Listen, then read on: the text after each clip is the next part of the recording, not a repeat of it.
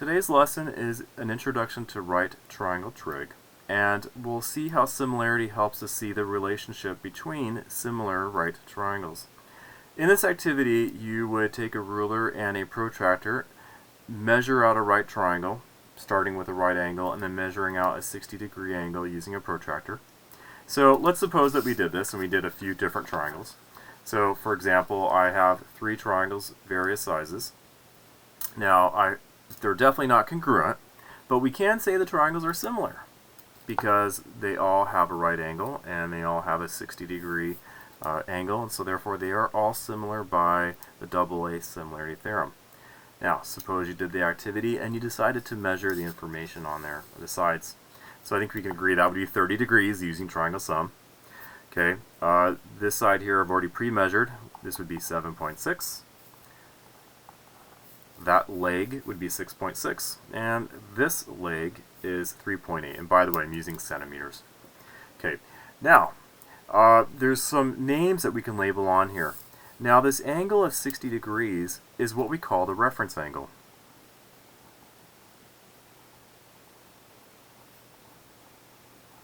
Okay, what I like to do is draw a person right there. In other words, that person is standing right by that angle. And so that person's location is going to help us name the sides. All the sides have special names. Now one side though is always the same, and that would be the longest side of a right triangle. Okay, and we call that the hypotenuse. Okay, that never changes. But what changes are the names of the legs. We give those special names. Now, from this person, they're close to this leg. In fact, this leg is next to them. And a synonym for next would be adjacent. So we call this the adjacent side or adjacent leg. From this person's point of view, this leg is away from them. So this leg we call opposite leg or opposite side. Okay? So we would do that for the rest of them. So once again, where you stand, in this case here at this reference angle, so standing right here at the 60 degrees at the acute angle of a right triangle, this will always be a hypotenuse, so that doesn't change. But what we have here though is the leg next to you, called adjacent. The leg away from you is called the opposite. Now, suppose we did that for the rest of them. So I have this diagram here. I've labeled the reference angle. My routine is to put a person there. And from that person's point of view, the leg next to him is adjacent, the leg away is opposite. And of course the hypotenuse is always the hypotenuse. Okay, now on the task, they would have you compare and make ratios using your measurements. So I've already written those up here. So in other words, if I compare the opposite side of the hypotenuse, okay, so opposite side, opposite leg to the hypotenuse, so 6.6 divided by 7.6, and 4.3 divided by 5, and so on and so forth. What would we get here would be 0.866. So every one of those ratios are approximately equal. Okay, if we compare the adjacent side to the hypotenuse. Okay, so adjacent side divided by hypotenuse. Okay, adjacent side divided by hypotenuse. Okay, and if you look at these fractions, we will get 0.5. And then if we compare the other pair of sides, we would get an answer of about 1.732. So that, you should see a pattern here. Okay? So let's answer some questions here and I'll help us make that conclusion here at the end. If we compare our ratios with the others that had a triangle of a different size, what do we notice? Well, first of all, we should notice that all triangles are similar by the AA similarity theorem. They all had a right angle, they all had 60 degrees. And then we measured the sides. Okay, the other thing I want you to notice was that when I compared opposite and adjacent, that fraction was equivalent to the comparison of these two and these two within these triangles. So comparing these two sides, that ratio is equal to the ratio of these corresponding sides. And that's equal to the ratio of these corresponding sides. So when I compare two sides within a triangle, and then I compare the corresponding two sides of another triangle, and the triangles are similar, then they have that same ratio. Okay.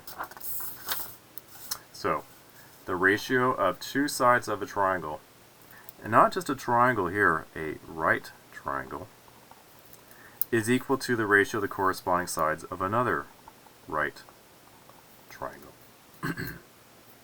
Okay. Okay, flip it over to the other side. Okay, so on this one here, on this part of the task, what you would do is they gave you a right triangle, I drew in the right angle.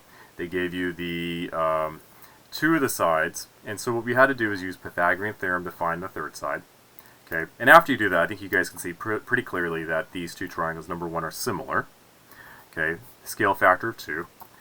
You could say they're similar by, I think, one of two theorems. Now that you know all three sides, you could say they're similar by side angle side similarity theorem.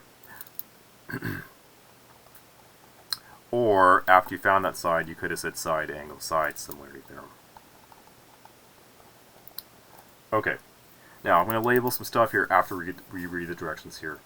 It says, list the ratio for the sides using angle A as a reference.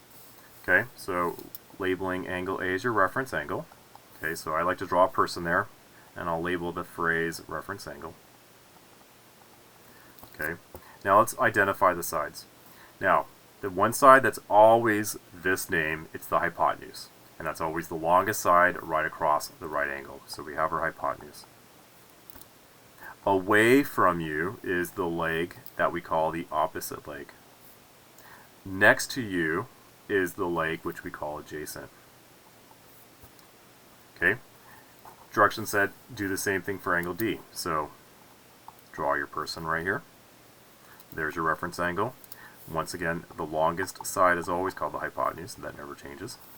The leg away from you is called the opposite, and the leg that's next to you is the adjacent. Now you might think, hey, what if I stood at angle C or F, how that might change? Just think about what would change when you label the sides. At any rate, so you would take your measurements and compare and write down these ratios. So if we compare the opposite to the hypotenuse, we'd get 1.73.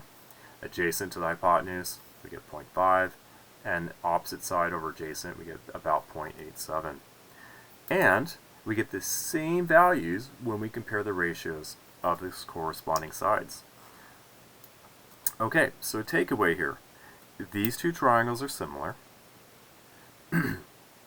And they have the same ratios. Okay, of opposite side over hypotenuse, opposite side over hypotenuse. Okay, so some relationships. So what did we notice? Well, I hope you noticed that the ratio of two sides of a triangle, and not just any triangle, right triangle, is equal to the ratio of the corresponding sides of the other right triangle. So what does that mean also about the angles between these two triangles? Well, I hope you're like, hey, both triangles are similar. That must mean that the corresponding angles are congruent. So that means angle A and angle D are congruent, angle B and angle E, and angle C and angle F. Now you might have also been like, whoa, all of these ratios match the ratios on the other side. And you're right. So you could think for a moment, hey, on here, well, which angles are actually the same as the one on the other side? And so since we had opposite over hypotenuse, was this ratio. Let's see, I'll just go and move it here. Then you might be like, whoa, then this must be 60 degrees. Okay?